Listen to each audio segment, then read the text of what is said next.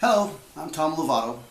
Pastor Cecil asked me if I wouldn't mind sharing my thoughts about doubting Thomas with respect to the resurrection. Well, Easter's coming up real soon, and I guess I have a few things I could say. First off, I've been called Doubting Thomas my whole life. After I became a believer, even more so. So I guess that's just the skepticism in me. I need to know that what I believe is real. And here's the neat biblical perspective that I caught when I started dwelling on Thomas's position. Jesus appeared to the 11. For whatever reason, Thomas missed the bus, or his camel didn't arrive on time, his Uber camel. Whatever the situation is, he didn't make it when Jesus was talking to the others.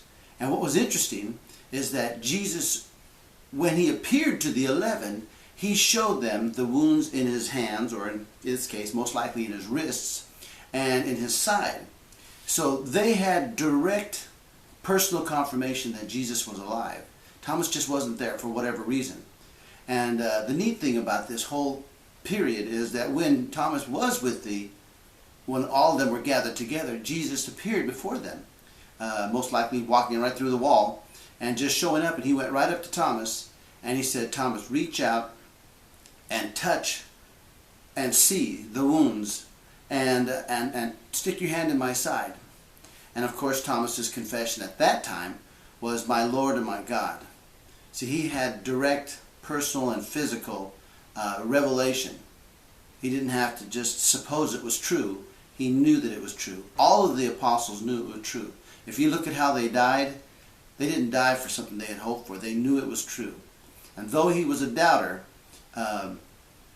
Jesus revealed himself. And I think that's the most important part of the whole story, is Jesus will reveal himself. Without a doubt, you will have no doubt in your mind when you have a real conversion experience with Jesus Christ that he is who he claimed to be.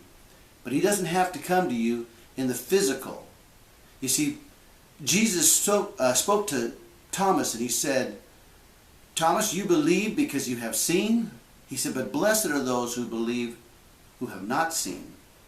And I think he left that part of the message for you and I, because Jesus is not going to physically come down and touch you, but he will make himself known to you in the same way that he allowed Thomas to touch him, physically touch him. Jesus will still give you the firm reassurance that he is alive today and forevermore, and you have a blessed hope waiting you when you put your trust in him.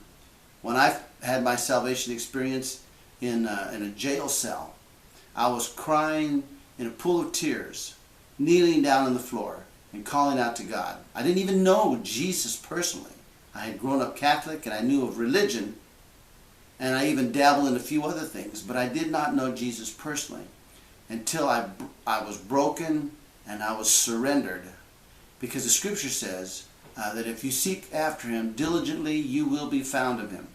And so that's where I was, and that's where we all need to be, especially in times like this when there's so much uncertainty in the world. We have a reality we can hold on to. Jesus is who he claimed to be. He is the Messiah, and he's coming back for us sooner than we ever thought. So thanks, and God bless for hearing what I had to say about that.